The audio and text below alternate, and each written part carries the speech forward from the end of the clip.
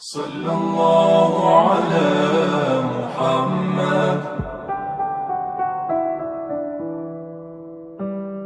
اللہ تعالیٰ نے انسان کو یاد کرایا ہے کہ تو نے عبادت اپنے رب کی کرنی ہے، اور فرمایا رب تمہارا وہ ہے جس نے تمہارے لیے زمین کو فرش بنایا ہے، آسمان کو چھت بنایا ہے، اور آسمان سے پانی برسا کے تو زمین سے پھل اگائے ہیں، رزق لکم، وہ بھی تیرے کھانے کے لیے اگائے ہیں۔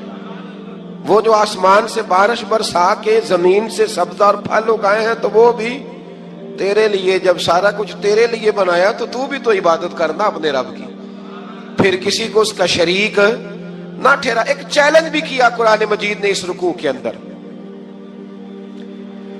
کہا کرتے تھے مکے کے لوگ کہ آپ قرآن مجید کی آیتیں نبی کریم علیہ السلام سے کہا کرتے تھے کہ معاذ اللہ آپ خود بناتے ہیں، بنا کے لاتے ہیں۔ تو اللہ کریم نے فرمایا وَإِن كُنتُمْ فِي رَيْبٍ مِّمَّا نَزَّلْنَا عَلَىٰ عَبْدِنَا فَأْتُوا بِسُورَةٍ مِّن مِّثْلِهِ، اگر تمہیں شک ہو نا اس میں جو ہم نے بندہ خاص پہ نازل کیا ہے تو تم بھی اس جیسی ایک صورت بنا کے لاؤ۔ پڑھے لکھے تو تم بھی ہو نا، مکے میں تم بھی رہتے ہو، تو ایک صورت بنا کے لاؤ۔ قرآن مجید ہم سے چھینا گیا ہے سازش کے تحت، اس لیے کہ جس قوم کو قرآن آ جاتا ہے نا پھر کوئی کافر اس کا مقابلہ نہیں کر سکتا۔ دیکھیں نا، اگر کافروں کے پاس جواب ہوتا قرآن پاک کا تو بدر اور احد میں نا کوئی آیت بنا کے لاتے قرآن کے مقابلے کی، تلواریں لے کے نہ آتے، ان کے پاس جواب ہی نہیں تھا۔ اور قیامت تک کسی کافر کے پاس قرآن مجید کا کوئی جواب، قرآن کا کوئی جواب، قسم اللہ کی جواب کوئی نہیں، قرآن کا اس کا کوئی جواب نہیں۔ کیا بات ہے قرآن پاک کی۔ وہ ایک دفعہ مسلمہ کذاب بے ایمان کہنے لگا میں نے بنا لیا ہے قرآن پاک کا جواب، معاذ اللہ۔ جواب کیا بنایا؟ وہ سورت ہے نا القاریۃ ملقاریہ، وما ادراک ملقاریہ، کھڑکھڑانے والی کیا ہے، کھڑکھڑانے والی تمہیں کیا پتا کیا ہے کھڑکھڑی، قیامت کا ذکر ہے۔ کہنے لگا میں نے اس جیسی صورت بنا لیا، تو کیا بنایا؟ الفیل ملفیل، وما ادراک ملفیل۔ کہنے لگا ہاتھی، تمہیں کیا پتا کیا ہاتھی، تم کیا جانو کیا ہاتھی۔ تو پاس جو اس کے اپنے بیٹھے تھے نا چیلے، وہ کہنے لگے چپ کر جا، سارے زمانے کو پتا ہے ہاتھی کیا ہوتا ہے۔ تو پاگل ہے، اس کے دو کان ہوتے ہیں، ایک سونڈ ہوتی ہے، چار اس کے پیر ہوتے ہیں۔ بیوقوف آدمی، قرآن کا مقابلہ کرنا ہے تو کچھ چج کے ساتھ کر، پاگلوں کی طرح مقابلہ کرے گا، جوتے کھائے گا بھی ہمیں بھی پڑھوائے گا۔ تو قرآن مجید کا کوئی مقابلہ کر سکا؟ تو اس آیہ مبارکہ میں اللہ نے کافروں کو یہ کہا اگر مقابلہ نہیں کر سکتے تو پھر اللہ سے ڈرو، ورنہ دوزخ میں ڈالے جاؤ گے، وہ جس کا ایندھن آدمی اور پتھر ہے، اور بنائی بھی کافروں کے لیے گئی ہے۔ اعدت للکافرین، جہنم کس کے لیے بنائی گئی ہے؟ کافروں اور منافقوں کے لیے۔ مسلمانوں کے لیے بنائی گئی، مسلمان مرضی سے چھلانگے لگائیں تو ان کی موج ہے، ورنہ ان کے لیے جہنم، ان کے لیے اللہ نے جنت بنائی ہے۔ اور یہ بات کرتے ہی رب کریم نے فرمایا اے محبوب علیہ الصلوۃ والسلام، مومنوں کو خوشخبری دے دیں کہ اللہ نے ان کے لیے جنت بنائی ہے، اس میں باغات ہیں، انہیں رزق دیا جائے گا کھانے کے لیے، اور اس میں انہیں پاکیزہ بیویاں دی جائیں گی، اور پھر وہ اس میں ہمیشہ رہیں گے، انہیں اس سے نکالا نہیں جائے گا۔ آگے جو آیات کریمہ ہے نا اس کے اندر اللہ تبارک و تعالیٰ نے فرمایا ہے کہ اللہ حیا نہیں کرتا سمجھانے کے لیے، مچھر کی مثال بھی دینی پڑے۔ فرمایا قرآن سے کچھ لوگ ہدایت حاصل کرتے ہیں اور کچھ گمراہ ہو جاتے ہیں۔ جب لوگ اپنی مرضی کی تشریحات چاہتے ہیں تو گمراہ ہوتے ہیں، اور جب قرآن کو رسول اللہ صلی اللہ علیہ وسلم اور امت مسلمہ کی تشریحات کی روشنی میں سمجھتے ہیں تو پھر اللہ ہدایت عطا فرماتا ہے۔ پھر اللہ تبارک و تعالیٰ نے آگے ارشاد فرمایا حضرت آدم کی پیدائش کا واقعہ۔ کچھ مفسرین نے لکھا ہے اللہ نے مشورہ کیا تھا فرشتوں سے، وَإِذْ قَالَ رَبُّكَ لِلْمَلَائِكَةِ إِنِّي جَاعِلٌ فِي الْأَرْضِ خَلِيفَةً، لیکن کچھ مفسرین کہتے ہیں کہ اللہ کو ضرورت نہیں فرشتوں سے مشورہ کرنے کی، اللہ نے فرشتوں سے مشورہ نہیں کیا، بلکہ رب نے انہیں آگاہ فرمایا تھا کہ میں لگا ہوں زمین پہ اپنا نائب بنانے، میں خلافت دینے لگا ہوں زمین پہ۔ اب یہ تو دینے والی کی مرضی ہے نا اس نے کس کو دینی ہے، یہ تو دینے والے کی مرضی ہے نا اس نے۔ تو کچھ لوگ کہتے ہیں کہ دینے والے سے زیادہ ہمیں پتہ ہے، تو فرشتوں کو بھی یہ اجتہادی خطا ہو گئی، کہنے لگے یا اللہ اسے نہ بنانا، یہ فساد کرے گا، یہ خون ریزیاں کرے گا۔ تو اللہ نے فرمایا جو میں جانتا ہوں وہ تم، اللہ اکبر۔ امام راضی فرماتے ہیں جب رمضان آتا ہے تو اللہ فرشتوں سے کہتا ہے ذرا یہ کھول کے دروازے دیکھو نا یہ زمین پہ کیا کر رہے ہیں. تم تو کہتے تھے فساد کریں گے اور یہ سارے تراویحیں پڑھ رہے ہیں. تم تو گویا کہتے تھے فساد کریں گے اور یہ تو دیکھو گویا رمضان کے روزے رکھ رہے ہیں. یہ تو میری یاد میں نکلے ہوئے ہیں. تم کچھ کہتے تھے اور دیکھو میں نے تمہیں کہا تھا نا جو میں جانتا ہوں وہ تم. اللہ نے پھر حضرت آدم علیہ السلام کو تمام زمانے کے علوم عطا کیے, علم سکھا لیا. تو فرشتوں سے کہا تم بھی ان چیزوں کے نام بتاؤ, تو وہ بتا سکے نہیں. اللہ نے فرمایا اب اس طرح کرو آدم کو سجدہ کرو. سب نے سجدہ کیا سوائے وہ. کہنے لگا یا اللہ صرف تجھے ہی کرنا ہے. کرنا بھی صرف اللہ کو چاہیے پر رب کے آگے بھی جھکنا چاہیے, اور جس کے سامنے رب جھکائے نا وہاں بھی. اور یہ جو عاجزی ہے نا, یہ جو جھکنا ہے یہ علم کے آگے ہے. ہماری مصیبت یہ ہے کہ ہم علم کے آگے بھی گردن جھکانے کو تیار نہیں ہوتے, وہاں بھی ہم خود عالم فاضل بن جاتے. تو فرمایا کہ سب سے کہا سجدہ کرو, سب نے سجدہ کیا سوائے ابلیس کے. تو پھر ہوا کیا وکان من الکافرین, وہ کافروں میں سے ہو گیا. پھر اللہ نے حضرت آدم کو اور جناب حوا کو نا مقام دے دیا جنت میں رہنے کے لیے, اور کہا سارا کچھ کھانا, درخت کے قریب نہ جانا. ابھی آپ کسی سے کہہ دیں تھوڑا سا کہ پیچھے نہ دیکھنا, یعنی اگر میری سمجھ لیں ادب کی وجہ سے کوئی 1.5-2 منٹ یا 6 منٹ نہیں بھی نہ دیکھے گا تو سوچے گا ضرور کہ پتہ نہیں اب پیچھے کیا ہے, مصیبت کیا ہے. یعنی آپ کہہ کے دیکھ لیں کسی کو پیچھے نہ دیکھنا. فطرت ہے نا انسان کی, وہ جستجو کرتا ہے. کہا اس درخت کے پاس نہ جانا. تو حضرت حوا سلام اللہ علیہ کہتے ہیں دل میں خیال رہتا تھا کہ آخر ہے کیا درخت کے پاس. یہی انسان کا عقیدہ توحید ہے کہ جہاں سے رب منع کر دے وہاں وہ منع ہو جائے. اور یہ ان کی خطا نہیں تھی, یہ اللہ کی حکمت تھی, چونکہ رب نے تو پہلے کہہ دیا تھا بنایا ہی زمین کے لیے, تو یہ تو سارا کچھ ہونا تھا تو زمین پہ آنا تھا نا. تو حضرت حوا اور جناب آدم کے پاس شیطان آیا, اب اس کو نکال تو دیا تھا پر ابھی اس کا جنت میں آنا جانا بند نہیں ہوا تھا, یہ بھی اللہ کی حکمت تھی. تو وہ کہنے لگا تمہیں پتہ ہے بعد میں مر جاؤ گے. تو حضرت حوا کہنے لگی کیا موت بھی آئے گی؟ کہاں, اس کی تکلیف بھی بڑی ہوگی, تو پھر بچیں گے کیسے؟ تو کہنے لگے پھل کھا لو اس درخت کا. تو بچنے کے لیے پھل کھایا تھا. اس طرح لوگ آج بہت سارے کام بچنے کے لیے کرتے ہیں پر بچ سکتے, بچنے کے لیے پھل کھایا تو اللہ نے فرمایا زمین پہ چلے جاؤ. تو حضرت آدم زمین پہ آئے, پھر کئی 100 سال روتے رہے. فتلقى آدم من ربہ کلمات, تو پھر اللہ نے خود ہی جناب آدم کو کچھ کلمے سکھائے. علامہ اسماعیل لکی فرماتے ہیں وہ کلمے یہ تھے کہ حضرت آدم نے میرے نبی کا وسیلہ پیش کیا, اللہ کریم نے جناب آدم کی دعا کو مقبول فرما لیا. پھر آگے بنی اسرائیل کا ذکر آ جاتا ہے. اللہ تعالیٰ نے بنی اسرائیل, آج آپ اسی قوم کو یہودی کہتے ہیں, ان کو اللہ نے اس زمانے میں فضیلت عطا کی تھی بہت زیادہ.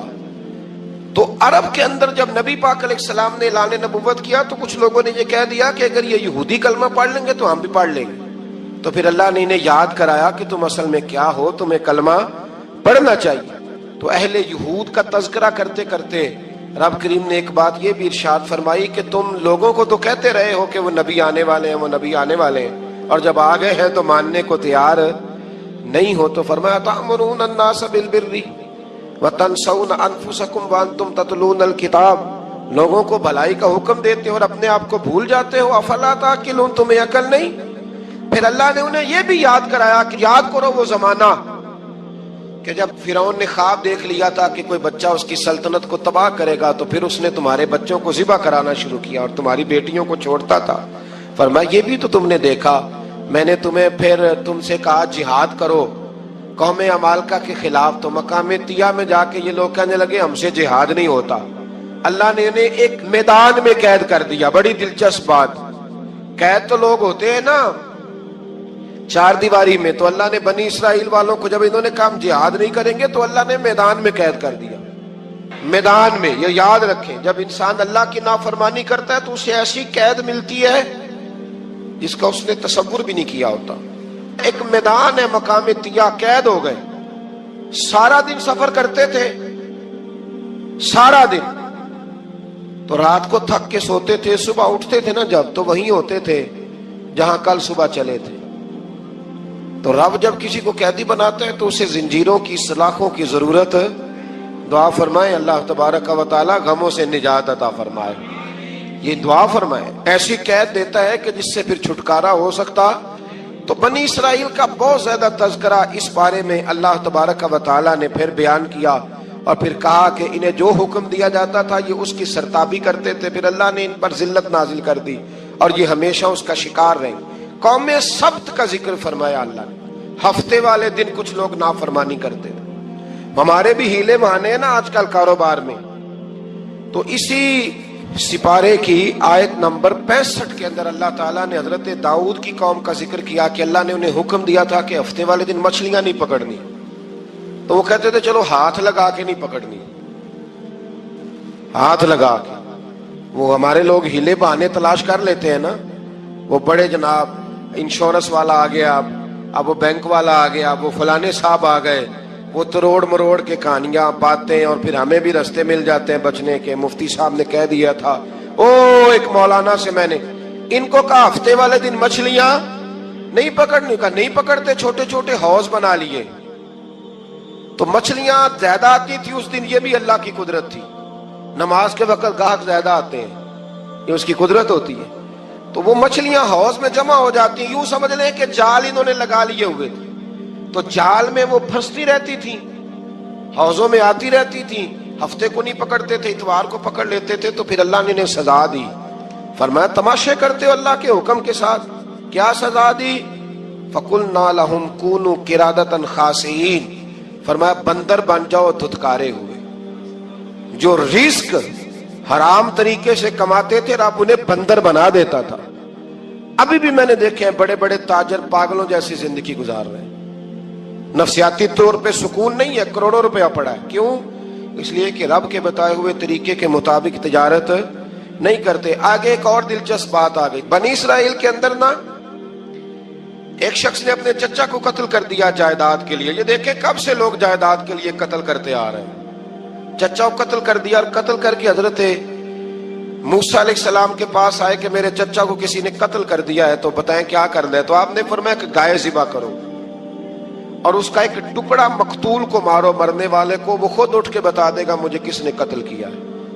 اب ارادہ نہیں تھا گائے ذبح کرنے کا تو بہانے کرنے لگے. ارادہ نہیں نہ ہوتا تو پھر کیا ہوتے ہیں, کہنے لگے گائے کس طرح کی ہو, بوڑھی ہو کہ بچی ہو, رنگ کیسا ہو, جوان ہو کہ چھوٹی ہو, حال میں ایک دفعہ چلنا سیکھ گئی ہو یا ابھی نہ سیکھی ہو. تو بتاتے گئے تو رب بھی شرطیں بیان کرتا گیا.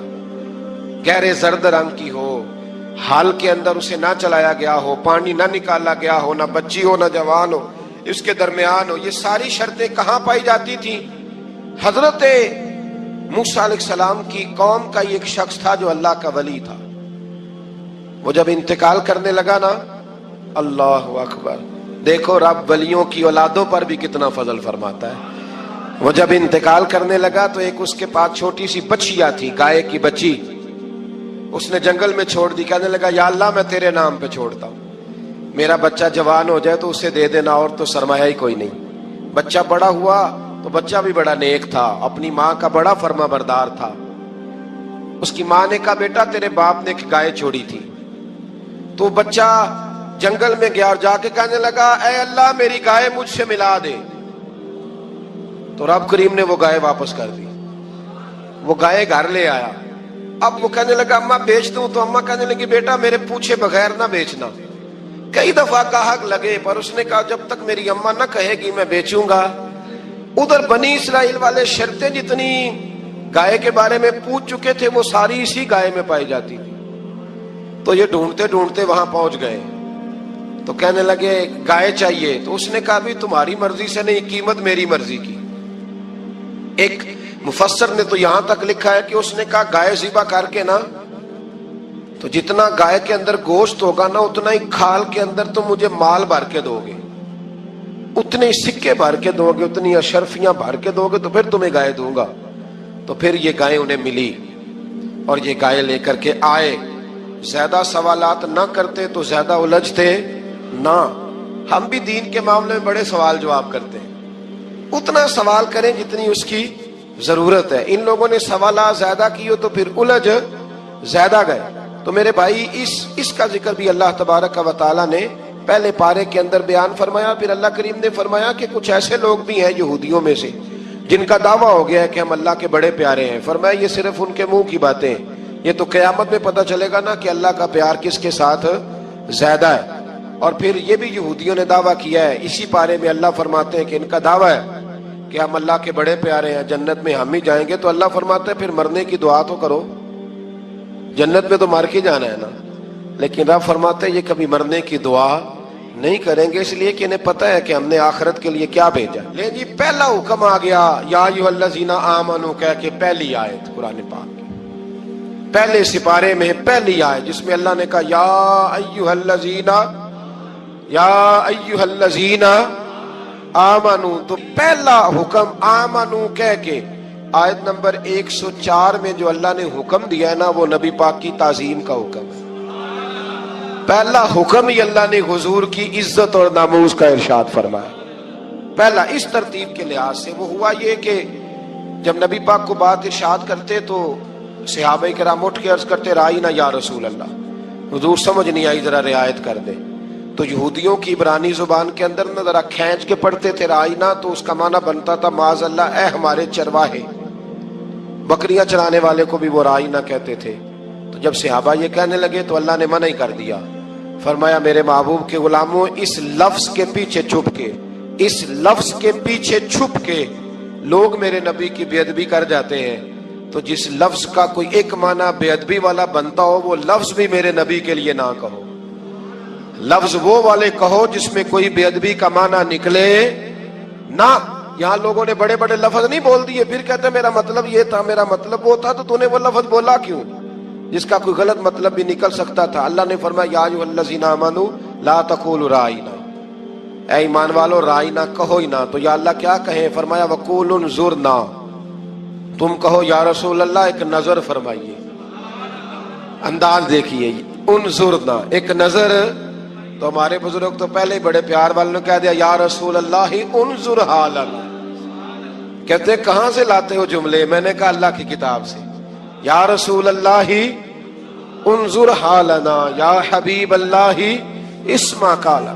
تو تم کہو انظرنا, محبوب نظر کرم کرے, واسمعوا, اور کیا ضرورت ہے دوبارہ پوچھنے کی؟ اللہ کہتا ہے پہلے ہی دھیان سے سنا کرو, پہلے ہی واسمعوا, پہلے ہی احتیاط سے سنو. وللکافرین عذاب علیم, اور کافروں کے لیے دردناک عذاب ہے.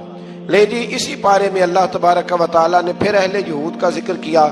تو یہود کہنے لگے کہ ہم حضرت ابراہیم کے ماننے والے ہیں. تو اللہ کریم نے وہ بھی ذکر کیا کہ میں نے تو ابراہیم کو آزمایا ہے. وَإِذِ ابْتَلَىٰ إِبْرَاهِيمَ رَبُّهُ بِكَلِمَاتٍ فَأَتَمَّهُنَّ, ہم نے ابراہیم کو کچھ چیزوں سے آزمایا ہے, وہ ہماری آزمائش پہ پورے اترے. قَالَ إِنِّي جَاعِلُكَ لِلنَّاسِ إِمَامًا, تو پھر ہم نے انہیں کہا کہ ہم آپ کو پوری دنیا کا امام بنائیں گے. وہ آزمائش کیا تھی؟ آگ میں جانا بھی آزمائش, بیٹے کا نہ ہونا بھی آزمائش, بیٹا ہوا تو پھر اسے وادی غیر ذی زرع میں چھوڑ کے آنا بھی آزمائش, بڑا ہوا تو پھر ذبح کرنا بھی آزمائش. فرمایا جہاں جہاں آزمایا ہے نا ابراہیم ہماری آزمائش میں پورے اترے.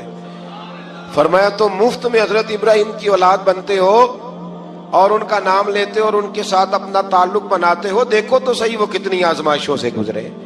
تو اس کا بھی اللہ نے اسی میں ذکر فرمایا. اور پھر وہ بات کرتے تھے حضرت یعقوب کی اور حضرت اسحاق کی. تو فرمایا وہ تو ہمارے اتنے خاص بندے تھے کہ وصال کے وقت بھی انہوں نے اپنی اولادوں کو نصیحت فرمائی تھی کہ اللہ کی توحید پہ قائم رہنا. اس کا ذکر بھی اللہ نے اسی پارے میں بیان فرمایا. اور جو حضرت ابراہیم اور جناب اسماعیل نے کعبہ تعمیر کیا تو اس کا ذکر بھی اللہ تعالیٰ نے اسی پارے میں فرمایا. فرمایا جب وہ کعبہ بنا رہے تھے تو کہہ رہے تھے ربنا تقبل منا, کہہ رہے تھے اے اللہ بنا ہم نے دیا ہے پر مہربانی فرما ہم سے قبول فرما لے. تو جو آیہ کریمہ آخر میں عرض کرنا چاہتا ہوں اس پر بھی تھوڑی توجہ فرمائیں گے تو بات بڑی نکھر کے باہر آئے گی. یہ 16ویں رکوع کے اندر اللہ نے پھر یہود کا اور عیسائیت کا ذکر فرمایا. تو اللہ کریم نے ایک بات ارشاد فرمائی, یہودیوں کے ہاں جب کوئی بچہ پیدا ہوتا تھا پیلے رنگ کے ساتھ اس کو رنگتے تھے, یا کوئی خاص رنگ تھا ان کا, بچہ پیدا ہوتا تو اس پر وہ رنگ چڑھاتے کہ یہ جی ہمارے مذہب کا رنگ ہے. ہمارے ہاں بھی رسمیں ہیں نا اپنی اپنی، معاذ اللہ اپنی اپنی نہیں ہونی چاہیے، اللہ رسول کا حکم ہونا چاہیے. تو یہودیوں کے ہاں بچہ پیدا ہوتا تو ایک خاص رنگ چڑھاتے، عیسائیوں کے ہاں پیدا ہوتا تو وہ بھی ایک خاص رنگ چڑھاتے.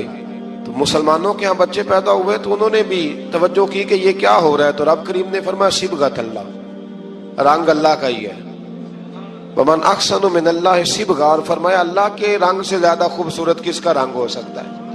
اللہ کا رنگ کیا ہے؟ لا الہ الا اللہ محمد الرسول اللہ صلی اللہ علیہ. فرمایا نیلے پیلے کالے رنگ نہ چڑھاؤ، اپنے ذہن پر توحید و رسالت کا رنگ چڑھاؤ. یہ سب سے بہترین رنگ ہے. اگر تمہارے ذہنوں پر رب رسول کی توحید کا رنگ چڑھ گیا تو یہ وہ والا رنگ ہے، پھر تمہیں کسی اور رنگ کی طرف جانے کی ضرورت نہیں پڑے گی. تو فرمایا رنگ وہ پیدا کرو جو توحید کا ہے، رسالت کا ہے، اس رنگ کی توجہ کرو. قرآن مجید کے اس پارے میں اللہ کریم نے مختلف باتیں بیان کر کے آخری رکوع میں یہ جو رنگ کا ذکر فرمایا نا، تو یہ لگتا ہے پورے پارے کا خلاصہ ہے کہ رب کریم نے فرمایا اصل بات یہ ہے کہ تمہاری سوچوں پہ رب رسول کی توحید و رسالت کا رنگ ہونا چاہیے. ہر وقت بچہ پیدا ہو کو دنیا سے جائے تو رنگ کس کا ہونا چاہیے؟ اللہ رسول کے دین کا. اللہ تعالی ہمیں سمجھنے کی توفیق عطا فرمائے. آخر دعوانا ان الحمدللہ.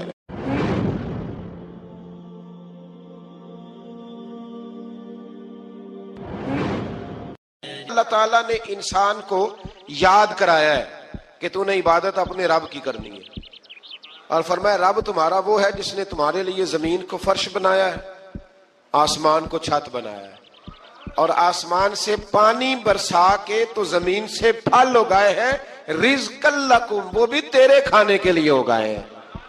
وہ جو آسمان سے بارش برسا کے زمین سے سبز اور پھل اگائے ہیں تو وہ بھی تیرے لیے. جب سارا کچھ تیرے لیے بنایا تو بھی تو عبادت کرنا اپنے رب کی، پھر کسی کو اس کا شریک نہ ٹھہرا. ایک چیلنج بھی کیا قرآن مجید نے اس رکوع کے اندر.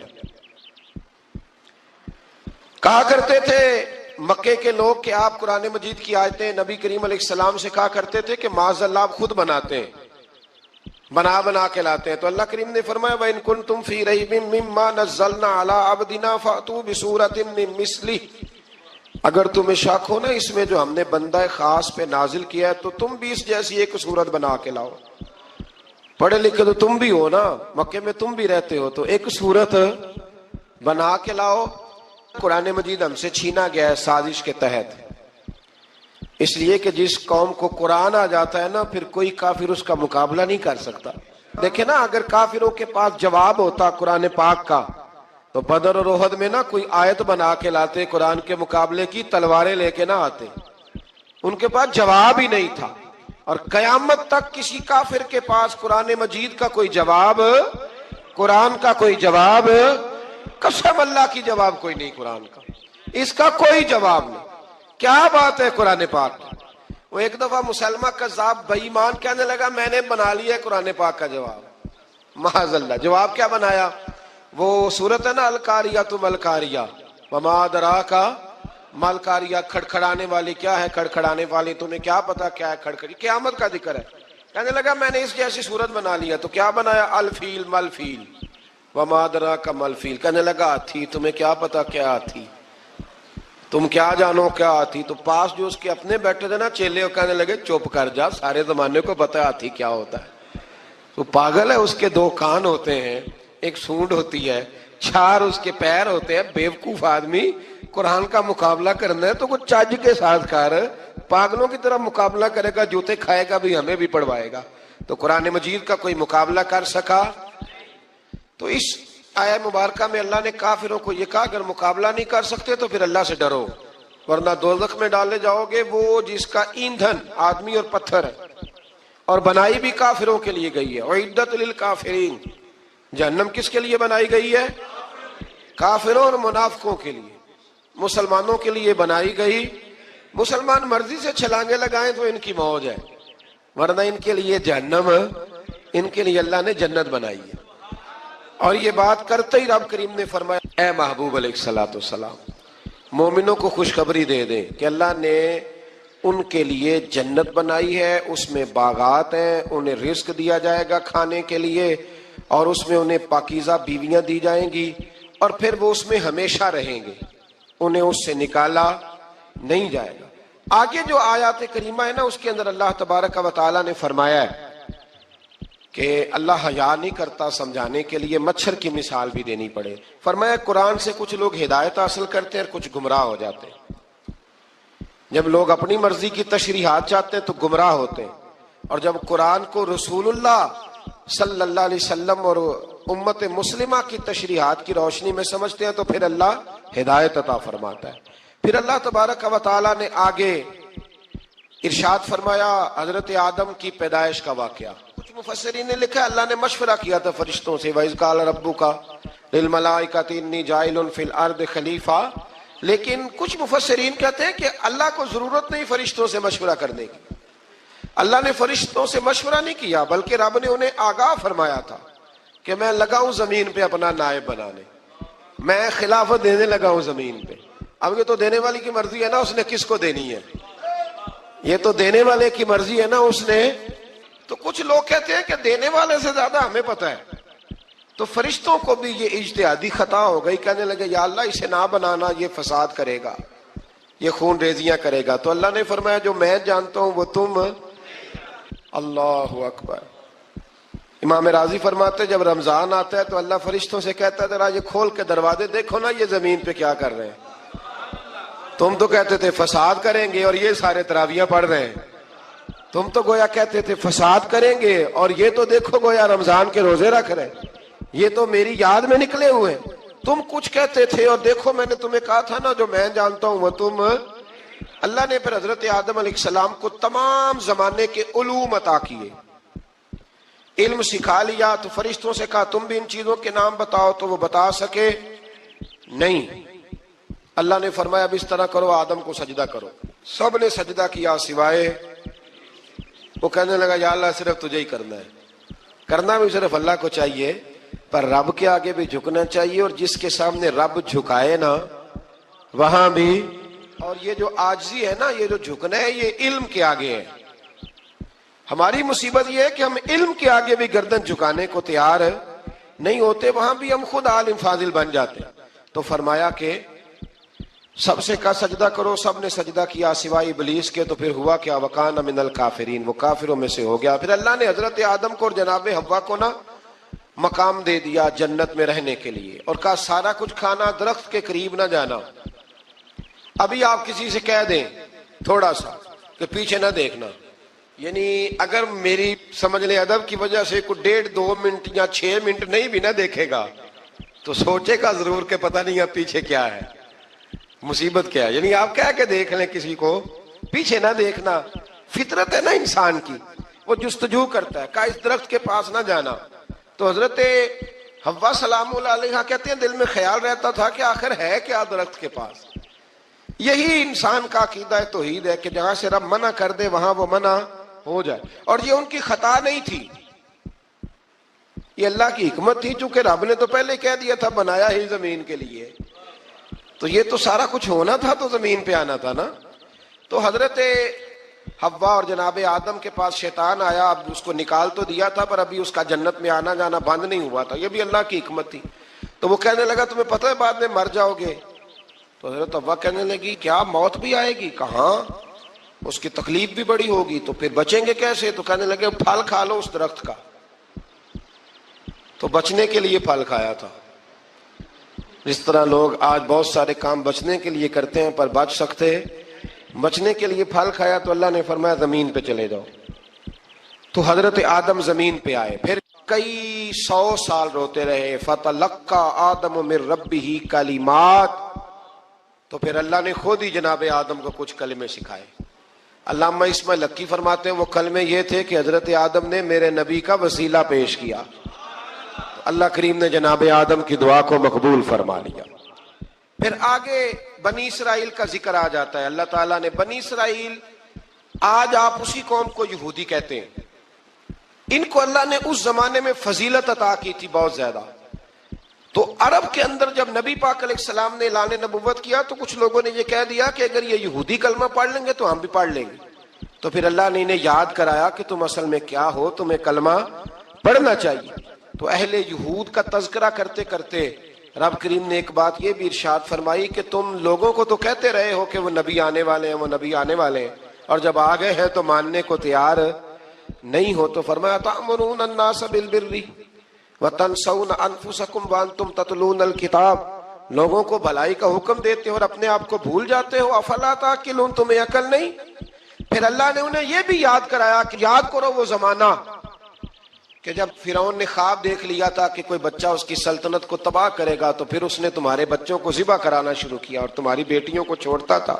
فرمایا یہ بھی تو تم نے دیکھا, میں نے تمہیں پھر تم سے کہا جہاد کرو قوم عمالقہ کے خلاف, تو مقام طیہ میں جا کے یہ لوگ کہنے لگے ہم سے جہاد نہیں ہوتا.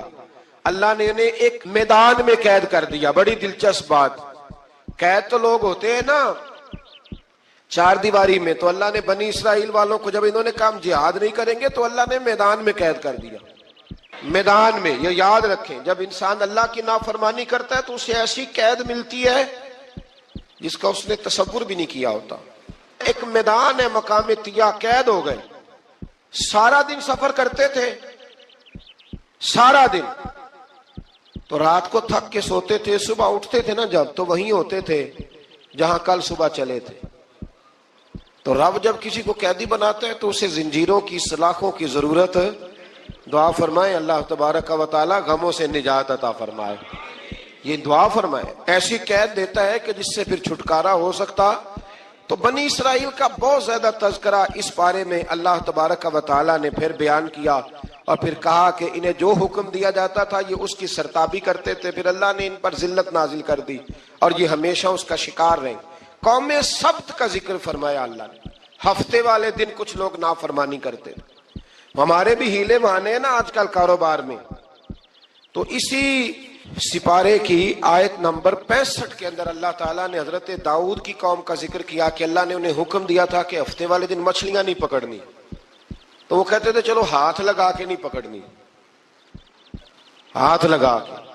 وہ ہمارے لوگ ہیلے بہانے تلاش کر لیتے ہیں نا, وہ بڑے جناب انشورنس والا آ گیا, اب وہ بینک والا آ گیا, وہ فلانے صاحب آ گئے, وہ تروڑ مروڑ کے کہانیاں باتیں, اور پھر ہمیں بھی رستے مل جاتے ہیں بچنے کے. مفتی صاحب نے کہہ دیا تھا, ایک مولانا سے میں نے ان کو کہا ہفتے والے دن مچھلیاں نہیں پکڑنے کا, نہیں پکڑتے, چھوٹے چھوٹے حوض بنا لیے.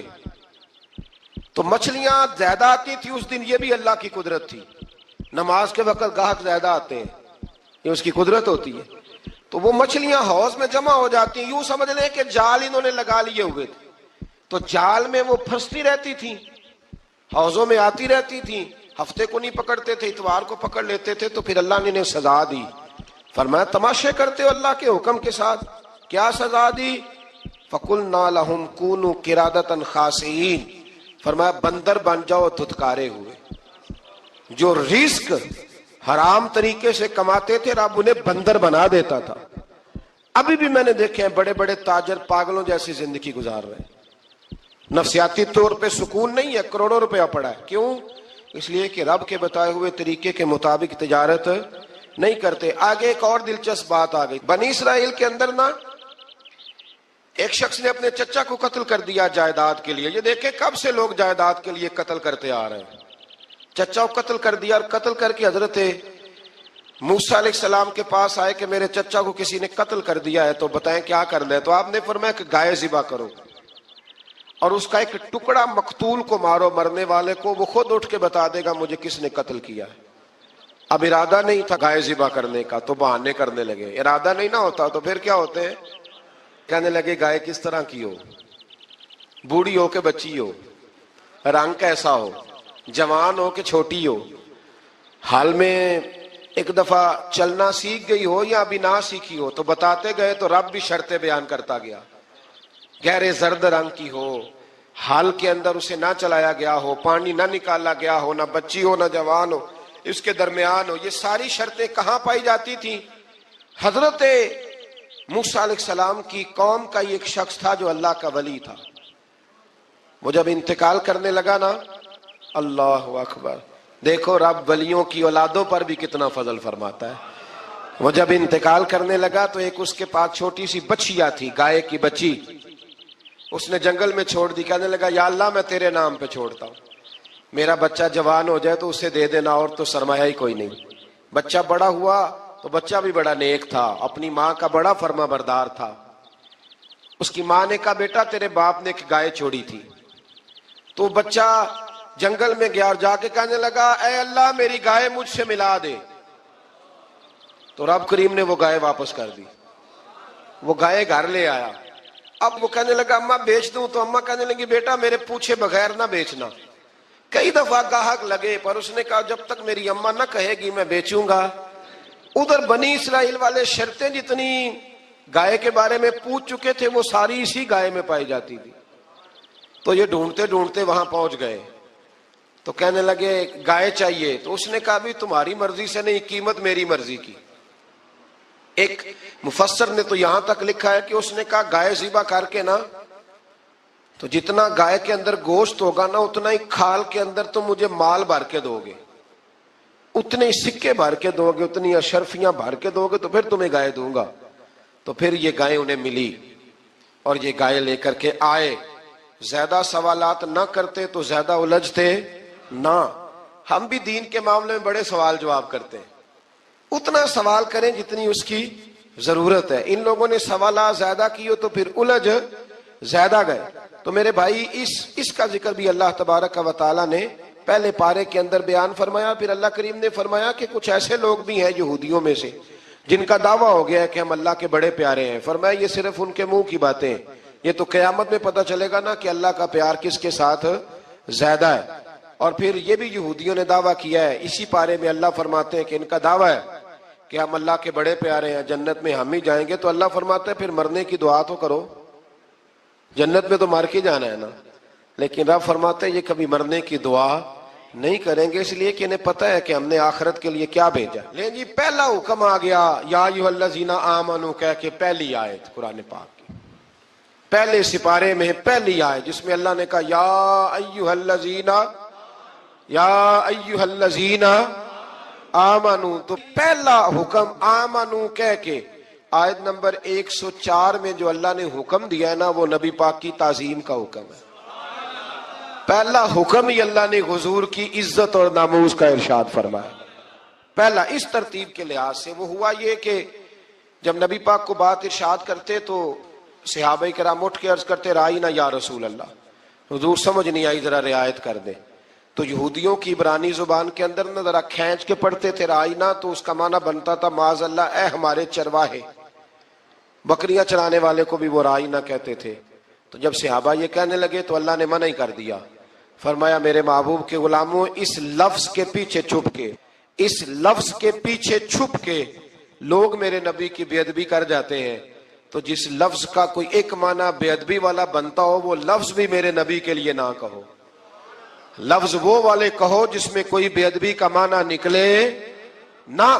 یہاں لوگوں نے بڑے بڑے لفظ نہیں بول دیے پھر کہتے میرا مطلب یہ تھا، میرا مطلب وہ تھا. تو تو نے وہ لفظ بولا کیوں جس کا کوئی غلط مطلب بھی نکل سکتا تھا. اللہ نے فرمایا یا ایھا الذین آمنوا لا تقولوا رائینا، اے ایمان والو رائینا کہو ہی نہ. تو یا اللہ کیا کہیں؟ فرمایا وقولوا انظرنا، تم کہو یا رسول اللہ ایک نظر فرمائیے. انداز دیکھیے انظرنا ایک نظر. تو ہمارے بزرگ تو پہلے بڑے پیار والوں نے کہہ دیا یا رسول اللہ انظر حالنا. کہتے کہاں سے لاتے ہو جملے؟ میں نے کہا اللہ کی کتاب سے. یا رسول اللہ انظر حالنا یا حبیب اللہ اسمع قالا. تو تم کہو انظرنا محبوب نظر کرم کرے، واسمعوا. اور کیا ضرورت ہے دوبارہ پوچھنے کی؟ اللہ کہتا ہے پہلے ہی دھیان سے سنا کرو، پہلے ہی واسمعوا پہلے ہی احتیاط سے سنو. وللکافرین عذاب علیم، اور کافروں کے لیے دردناک عذاب ہے. لیکن جی اسی پارے میں اللہ تبارک و تعالیٰ نے پھر اہل یہود کا ذکر کیا. تو یہود کہنے لگے کہ ہم حضرت ابراہیم کے ماننے والے ہیں. تو اللہ کریم نے وہ بھی ذکر کیا کہ میں نے تو ابراہیم کو آزمایا ہے. وَإِذِ ابْتَلَىٰ إِبْرَاهِيمَ رَبُّهُ بِكَلِمَاتٍ فَأَتَمَّهُنَّ، ہم نے ابراہیم کو کچھ چیزوں سے آزمایا ہے، وہ ہماری آزمائش پہ پورے اترے قال انی جاعلک للناس اماما، تو پھر ہم نے انہیں کہا کہ ہم آپ کو پوری دنیا کا امام بنائیں گے۔ وہ آزمائش کیا تھی؟ آگ میں جانا بھی آزمائش، بیٹے کا نہ ہونا بھی آزمائش، بیٹا ہوا تو پھر اسے وادی غیر ذی زرع میں چھوڑ کے آنا بھی آزمائش، بڑا ہوا تو پھر ذبح کرنا بھی آزمائش۔ فرمایا جہاں جہاں آزمایا ہے نا، ابراہیم ہماری آزمائش میں پورے اترے۔ فرمایا تو مفت میں حضرت ابراہیم کی اولاد بنتے ہو اور ان کا نام لیتے اور ان کے ساتھ اپنا تعلق بناتے ہو، دیکھو تو صحیح وہ کتنی آزمائشوں سے گزرے۔ تو اس کا بھی اللہ نے اسی میں ذکر فرمایا۔ اور پھر وہ بات کرتے تھے حضرت یعقوب کی اور حضرت اسحاق کی، تو فرمایا وہ تو ہمارے اتنے خاص بندے تھے کہ وصال کا وقت بھی انہوں نے اپنی اولادوں کو نصیحت فرمائی تھی کہ اللہ کی توحید پہ قائم رہنا۔ اس کا ذکر بھی اللہ نے اسی پارے میں بیان فرمایا۔ اور جو حضرت ابراہیم اور جناب اسماعیل نے کعبہ تعمیر کیا، تو اس کا ذکر بھی اللہ تعالیٰ نے اسی پارے میں فرمایا۔ اور فرمایا جب وہ کعبہ بنا رہے تھے تو کہہ رہے تھے ربنا تقبل منا، کہہ رہے تھے اے اللہ بنا ہم نے دیا ہے پر مہربانی فرما ہم سے قبول فرما لے۔ تو جو آیہ کریمہ آخر میں عرض کرنا چاہتا ہوں اس پر بھی تھوڑی توجہ فرمائیں گے تو بات بڑی نکھر کے باہر آئے گی۔ یہ 16ویں رکوع کے اندر اللہ نے پھر یہود کا اور عیسائیت کا ذکر فرمایا، تو اللہ کریم نے ایک بات ارشاد فرمائی۔ یہودیوں کے ہاں جب کوئی بچہ پیدا ہوتا تھا پیلے رنگ کے ساتھ اس کو رنگتے تھے، یا کوئی خاص رنگ تھا ان کا، بچہ پیدا ہوتا تو اس پر وہ رنگ چڑھاتے کہ یہ جی ہمارے مذہب کا رنگ ہے۔ ہمارے ہاں بھی رسمیں ہیں نا اپنی اپنی، معاذ اللہ اپنی اپنی نہیں ہونی چاہیے، اللہ رسول کا حکم ہونا چاہیے۔ تو یہودیوں کے ہاں بچہ پیدا ہوتا تو ایک خاص رنگ چڑھاتے، عیسائیوں کے ہاں پیدا ہوتا تو وہ بھی ایک خاص رنگ چڑھاتے۔ تو مسلمانوں کے ہاں بچے پیدا ہوئے تو انہوں نے بھی توجہ کی کہ یہ کیا ہو رہا ہے، تو رب کریم نے فرمایا صبغۃ اللہ، رنگ اللہ کا ہی ہے۔ ومن احسن من اللہ صبغہ، اور فرمایا اللہ کے رنگ سے زیادہ خوبصورت کس کا رنگ ہو سکتا ہے؟ اللہ کا رنگ کیا ہے؟ لا الہ الا اللہ محمد الرسول اللہ صلی اللہ علیہ۔ فرمایا نیلے پیلے کالے رنگ نہ چڑھاؤ، اپنے ذہن پر توحید و رسالت کا رنگ چڑھاؤ، یہ سب سے بہترین رنگ ہے۔ اگر تمہارے ذہنوں پر رب رسول کی توحید کا رنگ چڑھ گیا تو یہ وہ والا رنگ ہے، پھر تمہیں کسی اور رنگ کی طرف جانے کی ضرورت نہیں پڑے گی۔ تو فرمایا رنگ وہ پیدا کرو جو توحید کا ہے، رسالت کا ہے، اس رنگ کی توجہ کرو۔ قرآن مجید کے اس پارے میں اللہ کریم نے مختلف باتیں بیان کر کے آخری رکوع میں یہ جو رنگ کا ذکر فرمایا نا، تو یہ لگتا ہے پورے پارے کا خلاصہ ہے کہ رب کریم نے فرمایا اصل بات یہ ہے کہ تمہاری سوچوں پہ رب رسول کی توحید و رسالت کا رنگ ہونا چاہیے۔ ہر وقت بچہ پیدا ہو، کوئی دنیا سے جائے تو رنگ کس کا ہونا چاہیے؟ اللہ رسول کے دین کا۔ اللہ تعالی ہمیں سمجھنے کی توفیق عطا فرمائے۔ آخر دعوانا ان الحمدللہ۔ صلی اللہ علی محمد۔